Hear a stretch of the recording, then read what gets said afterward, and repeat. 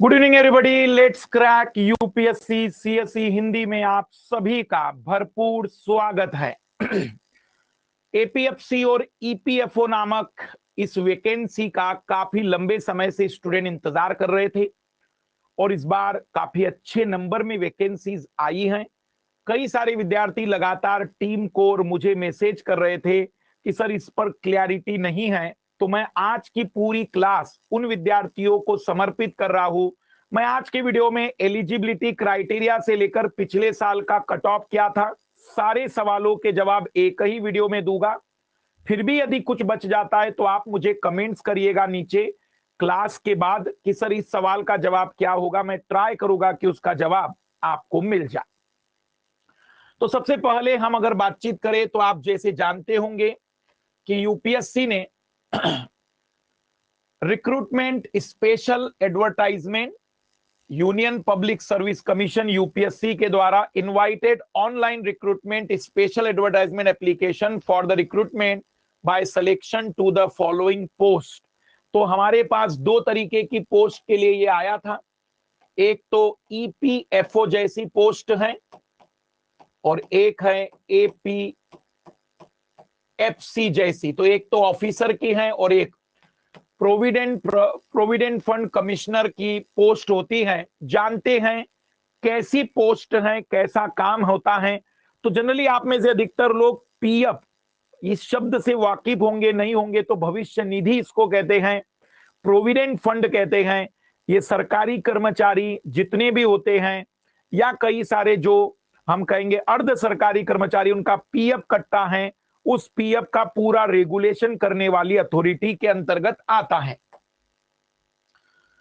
हम यदि बातचीत करें तो बस 1 मिनट का समय मैं आप लोगों का लूंगा। अनअकैडमी पर मैं आप लोगों को आज की जो क्लास दिखा रहा हूं उसके पीछे का जो मेरा बड़ा मकसद है कि ईपीएफओ के लिए यदि आप लोगों को कहीं पर भी तैयारी का सोर्स नहीं मिल रहा है तो अनअकैडमी आपके लिए ईपीएफओ का क्लास लेकर आया है, जो कि बहुत ही मैं कहूंगा कि ईपीएफओ के पूरे सिलेबस को कवर करने का टारगेट रखते हुए तैयार किया गया है।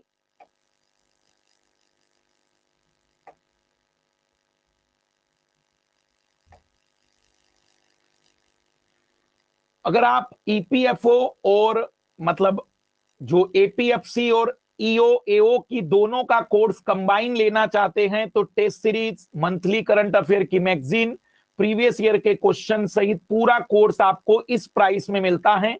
इसमें भी आपको MK live refer code instant 20% इस समय डिस्काउंट उपलब्ध करा रहा है और ये केवल डिस्काउंट आपको 17 मार्च रात 12 बजे तक मिलेगा। अगर आप केवल एपीएफसी का भरते हैं तो आपको ये फीस पे करना है, केवल ईओ और एओ का भरते तो ये फीस, मेरे हिसाब से ये सेपरेट ना करते हुए आप सीधा प्लस वाला ये कोर्स ले लीजिए एमके लाइव रिफर कोड के साथ, जिसमें आपको ईपीएफओ के बारे में सारी चीजें कवर करवाई जाएगी। अब मैं आपके सामने जो बातचीत करने जा रहा हूं, पहले हम देखते हैं कि 2020 का सिनेरियो क्या था, ताकि उससे आपको आइडिया रहेगा कि 2020 में क्या हुआ था। तो सबसे पहली और इंपॉर्टेंट बात है कि 2020 में यूपीएससी ने ऑफिशियली पूरा डाटा दिया। ये यूपीएससी की वेबसाइट से हमने लिया है, कहीं से गूगल नहीं किया गया है। ये यूपीएससी का ऑफिशियल डाटा है जो हमें मिला है। ये 2020 की वैकेंसी के बारे में जानकारी देता है, ये 2020 की वैकेंसी के बारे में बताता है। और यहां पर अगर हम बातचीत करें तो इन्होंने बताया है कि जनरल कैटेगरी में लगभग total number of candidate appeared अलग अलग कैटेगरी वाइज, जनरल कैटेगरी के 82,000 बच्चे शामिल हुए थे, ओबीसी के लगभग 82,000 बच्चे शामिल हुए थे, एससी कैटेगरी के 37,000 स्टूडेंट शामिल हुए थे, एससी कैटेगरी के 12,000 और ईडब्ल्यूएस के 17,000। लगभग टोटल हम कहेंगे कि 2,30,820 विद्यार्थियों ने ये परीक्षा दी थी। ये 2020 की बात कर रहा हूं। उस समय टोटल वैकेंसी 421 आई थी, टोटल वैकेंसी 421 आई थी। इन्फोर्समेंट ऑफिसर और अकाउंट ऑफिसर ईओ और एओ की पोस्ट की पूरी बातचीत थी ये, जिसमें जनरल कैटेगरी की इतनी पोस्ट थी, ओबीसी की इतनी पोस्ट थी, एससी एसटी ईडब्ल्यूएस की इतनी पोस्ट थी, फिजिकल हैंडीकैप्ड में जो रिजर्व किया गया था उसके तहत ये पोस्ट रखी गई थी। तो पिछली बार 2,30,820 बच्चों ने परीक्षा दी थी, 421 सीटों के लिए परीक्षा आयोजित की गई थी। पिछली बार जो पहला पेपर हुआ था वो 300 अंकों का हुआ था, केवल ऑब्जेक्टिव पेपर होता है, इसका कोई मेंस नहीं होता। तो 300 अंकों का पेपर था और 100 अंक का इंटरव्यू था, 100 अंकों का साक्षात्कार लिया गया था, इंटरव्यू। तो ये कट ऑफ भी बताई गई है कि कट ऑफ कितनी थी उस समय, कट ऑफ का क्या लेवल था, उन चीजों पर आते हैं। अगर हम बातचीत करें कट ऑफ की, तो जनरल कैटेगरी का जो पहला ऑब्जेक्टिव हुआ था, 120 प्रश्न आए थे लाल लालियो, और 120 प्रश्न 300 नंबर के थे, हर एक प्रश्न 2.5 नंबर का था और माइनस मार्किंग 1/3 की थी। और वेटेज भी दिया गया था कि आपके जितने नंबर यहां पर आएंगे प्रीलिम्स, मतलब प्रीलिम्स की परीक्षा में, उसको इस फार्मूले से निकाला जाएगा। ये फार्मूला था रिजल्ट का, फाइनल रिजल्ट का, n1 x1 plus n2 x2 divide by n1 plus n2। Weightage 75% रहेगा पहले, और x1 मतलब आपके पीटी में नंबर कितने आए। इंटरव्यू का वेटेज 25% का रहेगा, और x2 मतलब इंटरव्यू में कितने नंबर आए, और फिर 100% से डिवाइड करके आपके फाइनल परसेंट निकालकर आपकी रैंक दी जाएगी। तो अभी इसको मत समझिए, इतना टेंशन वाली बात नहीं, लेकिन कट ऑफ देखते चलना। जो कट ऑफ आया था 187, लगभग 60, मैं कहूंगा 62%, 63% का कट ऑफ जनरल कैटेगरी का था। ओबीसी कैटेगरी का कट ऑफ अगर आप देखेंगे तो 3 से डिवाइड कर दीजिए, तो हम कहेंगे 3 से 56%, 57% का कट ऑफ था। यहां पर लगभग 52% का कट ऑफ था। यहां हम कहेंगे कि 51-52% का कट ऑफ था। ईडब्ल्यूएस का कट ऑफ 171 ओबीसी से कम था, और फिर बाकी कट ऑफ आपको दिए गए हैं। इंटरव्यू के भी कट ऑफ थे, इंटरव्यू में 50, 45, 40, 40, 50, 40, 40 का कट ऑफ था, 100 में से 50% का। जो फाइनल सिलेक्शन हुए थे जनरल कैटेगरी में, 400 नंबर में से, 400 नंबर में से जिस विद्यार्थी के 259 या उससे ज्यादा थे उनका सिलेक्शन 244, 234, 231, 246, 169, ये फाइनल कट ऑफ था। तो आप अगर बातचीत करें कि 300 नंबर का पेपर होगा और 120 सवाल आएंगे, तो आपको एक आइडिया दे रहा हूं मैं कि ये कट ऑफ पिछली बार का था। जो सबसे हाईएस्ट मार्क्स ऑब्टेन किए थे, ये भी दिए हैं यूपीएससी ने, कि इस परीक्षा में जनरल कैटेगरी के किसी विद्यार्थी ने अधिकतम कितने नंबर प्राप्त किए थे। तो 400 में से 296 मैक्सिमम नंबर आए थे। तो 296 से 259 के बीच में यदि आपके नंबर आते तो आप सिलेक्टेड थे। 291 से 244 के बीच में अगर नंबर आते तो आप सिलेक्टेड थे। 261 से 234 के बीच में नंबर आते तो आप सिलेक्टेड थे। 231 से 268 के बीच में नंबर आते थे तो आप सिलेक्टेड थे एसटी कैटेगरी में। मतलब इतने मैक्सिमम और मिनिमम नंबर के बारे में चर्चाएं की हैं। 300 नंबर का रिटर्न मतलब ऑब्जेक्टिव था, रिटर्न का मतलब ऑब्जेक्टिव है, और 100 नंबर का इंटरव्यू था, और इस वेटेज के बेसिस पर फाइनल रिजल्ट तैयार किया गया था। साथ ही साथ अगर आप 2020 का पेपर देखना चाहें तो 2020 के पेपर में 20 सवाल इंग्लिश के थे। मैथ्स और रीजनिंग के सवाल 3 जगह पर थे, 5 सवाल यहां पर, 5 सवाल यहां पर, 5 सवाल यहां पर, 15 सवाल मैथ रीजनिंग के थे। कंप्यूटर के 27 से 30 4 सवाल, और यहां 5, कुल 9 सवाल यहां पर थे। हिस्ट्री से अगर आप देखेंगे तो 5 सवाल, 6, 71 से 75, 5 और 5 10, 15, 16 सवाल हिस्ट्री के आए थे। पॉलिटी के मात्र 4 प्रश्न आए थे। इकोनॉमिक्स में 7 प्रश्न आए थे।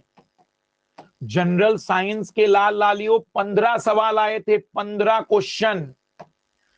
करंट अफेयर के 3 3 6 7 और 5 12 सवाल करंट अफेयर के थे।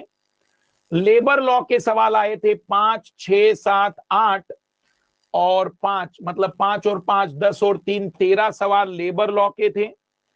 इकोलॉजी का 1 सवाल था मात्र। इंश्योरेंस के सवाल थे 5। तो अगर आप लोग कट ऑफ की तरफ ध्यान देना चाह रहे हैं तो मेरे हिसाब से आप देख सकते हैं बहुत बड़ा वेटेज है। इंग्लिश, मैथ्स, रीजनिंग, हिस्ट्री 15 सवाल और लेबर लॉ के 13 सवाल। तो ये 4 सेगमेंट देख लीजिए, 20, 15, 16, 15, 12 और 13। हम अगर बातचीत करें तो इंग्लिश का वेटेज पिछली बार अगर देखा जाए, मैथ्स रीजनिंग का वेटेज देखा जाए, फिर 16 प्रश्न हमारे पास हिस्ट्री के थे, 15 प्रश्न हमारे जनरल साइंस के थे, physics, chemistry, biology, science tech नहीं था, जनरल साइंस था लाल लालियो, करंट अफेयर था, और 13 प्रश्न थे लेबर लॉ के।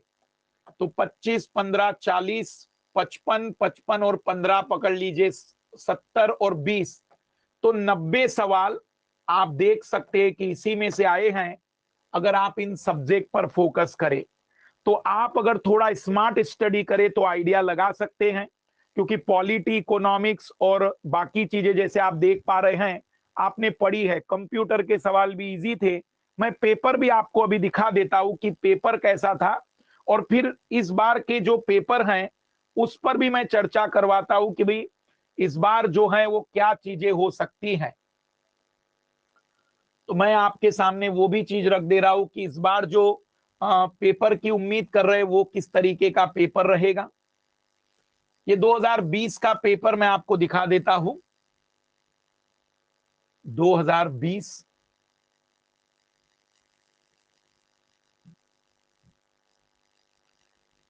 ये यूपीएससी का पेपर मैं आपको दिखा रहा हूं, थोड़ा ध्यान से देखना कि कैसे सवाल आते हैं। ये ओरिजिनल पेपर ही डायरेक्ट दिखा रहा हूं मैं, जो यूपीएससी ने पूछा था।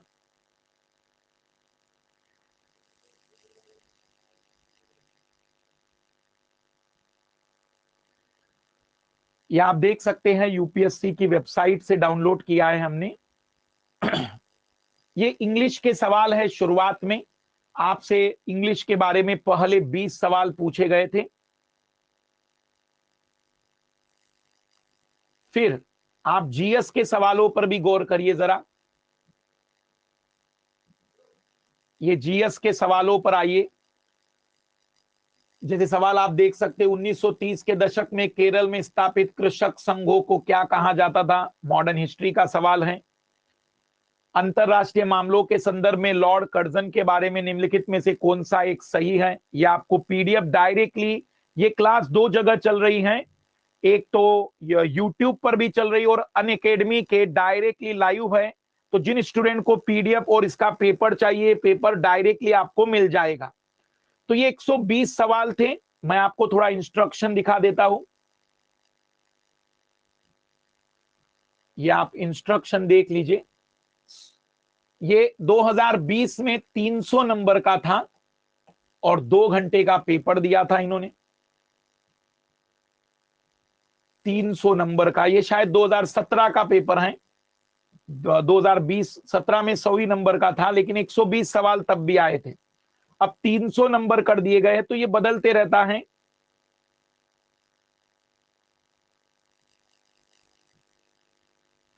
ये पेपर आप लोग चेक कर लीजिएगा।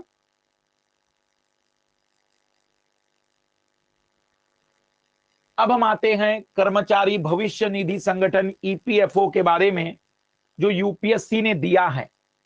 कुल 577 सीटें इस बार आई हुई हैं। कुल 577 सीटें इस बार आई हुई हैं, जिसमें 418 सीटें वही ईओ और एओ की हैं, इन्फोर्समेंट ऑफिसर और अकाउंट ऑफिसर। और 159 सीटें बड़े पद हैं ये, provident fund commissioner, assistant provident fund commissioner की सीटें हैं 159। तो बहुत ज्यादा नंबर में इस बार सीटें आप देख सकते हैं। अब सवाल आपके दिमाग में होगा कि सर इसके लिए एलिजिबिलिटी क्या है और क्या चीजें रहेगी। अगर आप कैटेगरी वाइज देखेंगे तो जनरल कैटेगरी की 204 सीटें हैं, ईडब्ल्यूएस की 51 सीटें हैं, ओबीसी की 78, एसटी की से 28, और अगर हम बात करें एससी कैटेगरी की 57 सीटें हैं। ईपीएफओ के द्वारा जो सीटों का वर्गीकरण 418 एओ और ईओ की सीटों की बात कर रहा हूं मैं। ये स्क्रीनशॉट ले लेना जिनको अपनी अपनी कैटेगरी जाननी हो।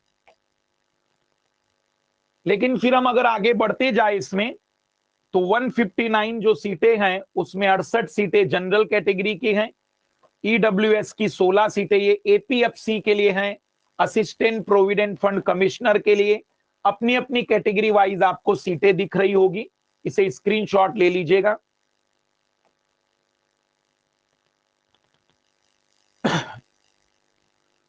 ये कैटेगरी वाइज दिया हुआ है यूपीएससी की वेबसाइट पर, आप इसको भी चेक कर सकते हैं। ये एज इट इज वैकेंसी के बारे में बताया है। अब डेट फरवरी में 21 फरवरी में फॉर्म आए थे, 25 फरवरी से रजिस्ट्रेशन स्टार्ट हुआ था और 17 मार्च तक आप फॉर्म भर सकते हैं। ओटीआर करना ही पड़ेगा आपको, ओटीआर के माध्यम से सारी चीजें हैं। अभी एडमिट कार्ड के बारे में कोई जानकारी नहीं है। अब हम बात करें अगर एलिजिबिलिटी की, तो थोड़ा सा एलिजिबिलिटी क्राइटेरिया पर गौर करते हैं। अगर आप इन्फोर्समेंट ऑफिसर के लिए भर रहे हैं तो किसी भी सब्जेक्ट में आपकी बैचलर डिग्री चल जाएगी, किसी भी सब्जेक्ट में। लेकिन अगर आपको एपीएफसी चाहिए तो किसी भी सब्जेक्ट की बैचलर डिग्री चलेगी, फॉर्म भर सकते हैं, लेकिन उन लोगों को प्रायोरिटी दी जाएगी। प्रायोरिटी मतलब वरीयता दी जाएगी जिनका डिप्लोमा इन कंपनी लॉ या लेबर लॉ या पब्लिक एडमिनिस्ट्रेशन में डिप्लोमा किसी प्रकार की डिग्री होगी, तो ये प्रायोरिटी वाले लोग हैं।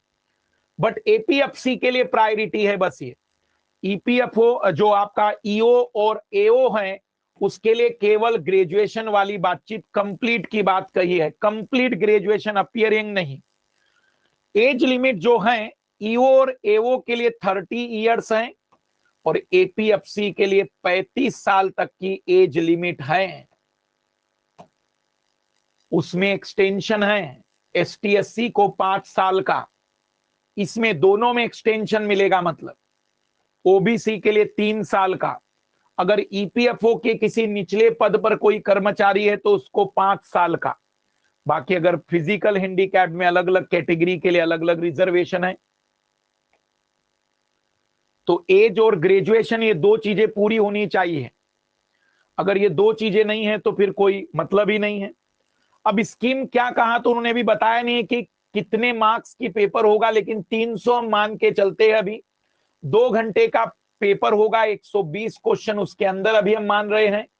इक्वल नंबर के होंगे, ऑब्जेक्टिव टाइप का होगा, दोनों मीडियम में होगा। हर रॉन्ग आंसर पर 1/3 मार्क्स कट किए जाएंगे। हर गलत उत्तर पर 1/3 मार्क्स कट होंगे। अभी उन्होंने ये बताया नहीं है कि कितने अंकों का, लेकिन 300 मान के चलिए 2020। ये सिलेबस है। इंग्लिश सबसे पहला पॉइंट, तो 20 सवाल इसके दिए ही थे। Indian freedom struggle, current events and development issues, Indian polity and economy. Polity economy एक साथ मतलब उतना इंपॉर्टेंस नहीं रहेगा। जनरल अकाउंटिंग प्रिंसिपल नया रहेगा, इंडस्ट्रियल रिलेशन और लेबर लॉ नया रहेगा। जनरल साइंस और कंप्यूटर एप्लीकेशन पढ़ते हैं हम लोग।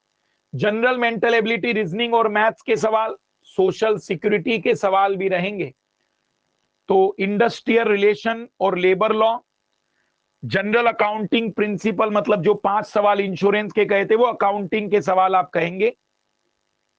सोशल सिक्योरिटी के सवाल भी कह सकते हैं, जैसे बीमा वाली जो बातचीत आती है, सामाजिक सुरक्षा की जो बातचीत आती है। और जैसे मैंने आपको बताया कि वेटेज जिस तरीके से उन्होंने वर्णन किया हुआ है। अगर हम बातचीत करें, ये जो एपीएफसी है वहां पर भी सेम तरीके की बातचीत है, 2 आवर्स, इक्वल मार्क्स रहेंगे, 1/3 की माइनस मार्किंग रहेगी। और उनके सिलेबस में, एपीएफसी के सिलेबस में इंग्लिश, बट यहां पर Indian culture, heritage, freedom movement थोड़ा बड़ा कर दिया है, population development, globalisation, governance and constitution of India, वो एओ ईओ और एओ का सिलेबस था। Present trend, accounting, auditing, industrial relation, labour law और insurance, basic knowledge of computer application, general science, elementary mathematics, statistics, general mental ability, social security. तो लगभग syllabus same है। अगर हम बातचीत करें तो थोड़ा सा एक्सप्लेन करके दिखाया है, बाकी सब सेम बातें हैं। और इसीलिए मैं कहूंगा एपीएफसी की तैयारी करिए तो अपने आप हो जाएगा।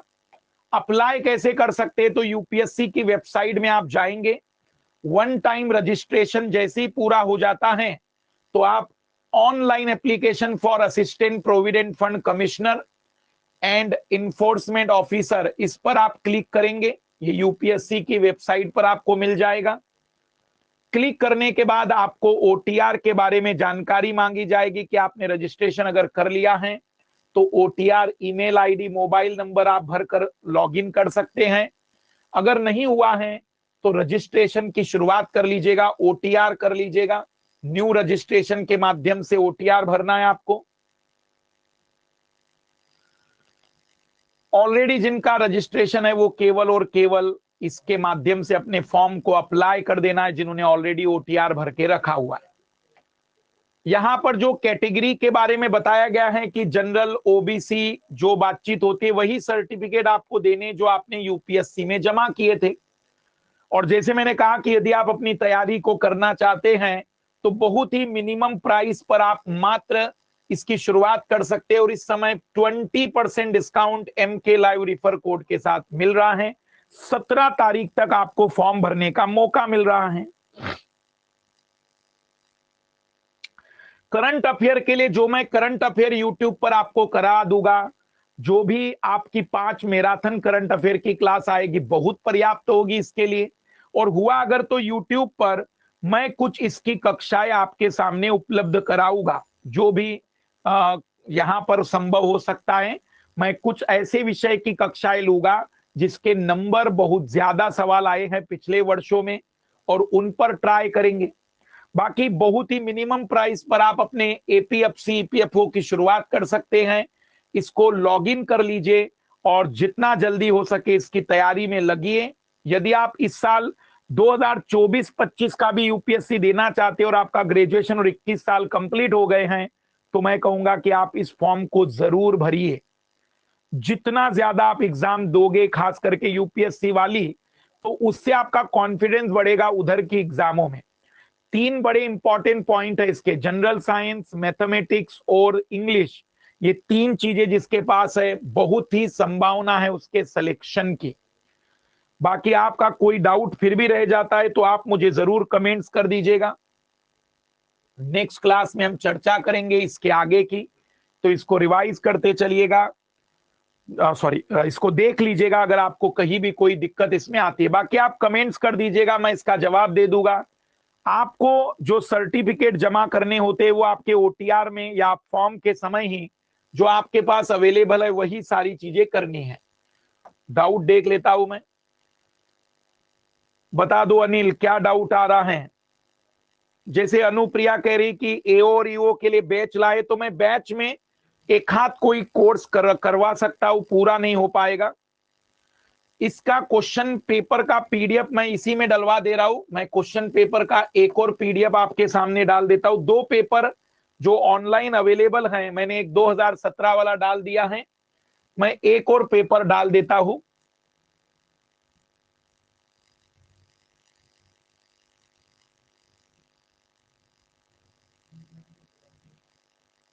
अगर एक और पेपर हुआ तो जनरल एबिलिटी टेस्ट, ये वाला ईपीएफओ का एक और टेस्ट या एक और जो प्रीवियस ईयर का पेपर है। जिन लोगों को भी पीडीएफ चाहिए वो अनअकैडमी में यहां जहां पर मैं अभी क्लास ले रहा हूं सीधा आप पीडीएफ डाउनलोड कर सकते हैं। तो ये एक और पेपर मैं आपके सामने डाल दे रहा हूं जो यूपीएससी का है, ओरिजिनल पेपर है।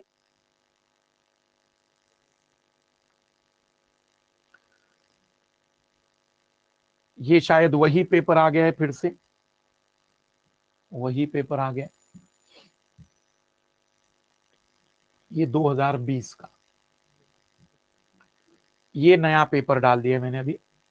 आइए देखिएगा, ये 2020 का पेपर जो मैं आपको दिखाना चाह रहा था,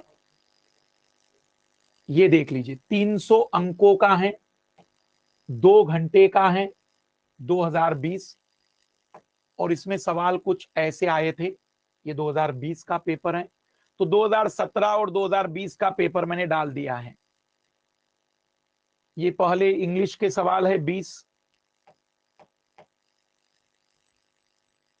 ये फिर उसके बाद 21 से मैथ्स के सवाल है। 1 से 100 के बीच में संख्याओं में अंक 3 इस प्रकार कितनी बार आएगा कि वह संख्या जिसमें 3 आता है वो 3 से विभाजित ना हो।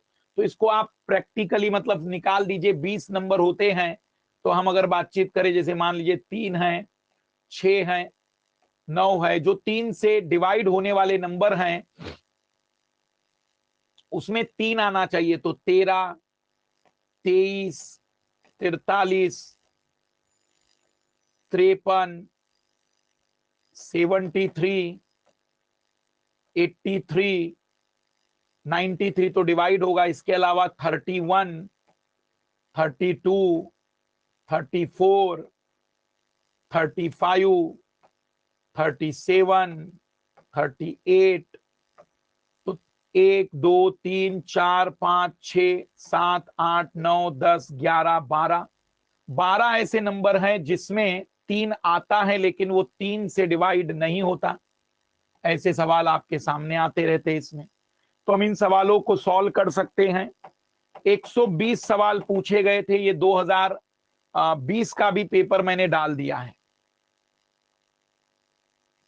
अभी जिन लोगों का फाइनल ईयर नहीं हुआ है वे अगर भरना चाहें तो मेरे हिसाब से वो नहीं भर पाएंगे, बट जिनका हो चुका है उसको जरूर कवर करें। जितना सी सेट किया है अमृता बहुत ही पर्याप्त है इसके लिए।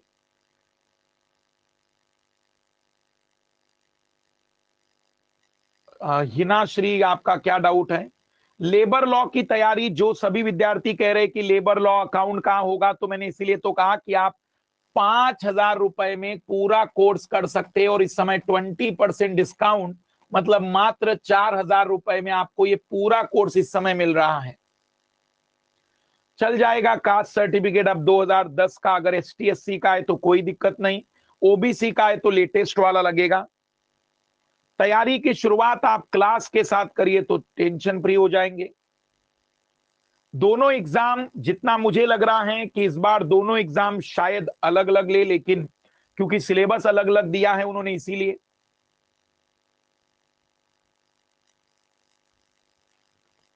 OBC वाला लेटेस्ट सर्टिफिकेट बनाते चले, कभी भी लेटेस्ट सर्टिफिकेट बनाते चले। OBC EWS वाले हमेशा ही लेटेस्ट सर्टिफिकेट रखेंगे। एग्जाम कब होगा ये अभी क्लियर नहीं है, लेकिन जितना उम्मीद है जल्द ही पता चलेगा।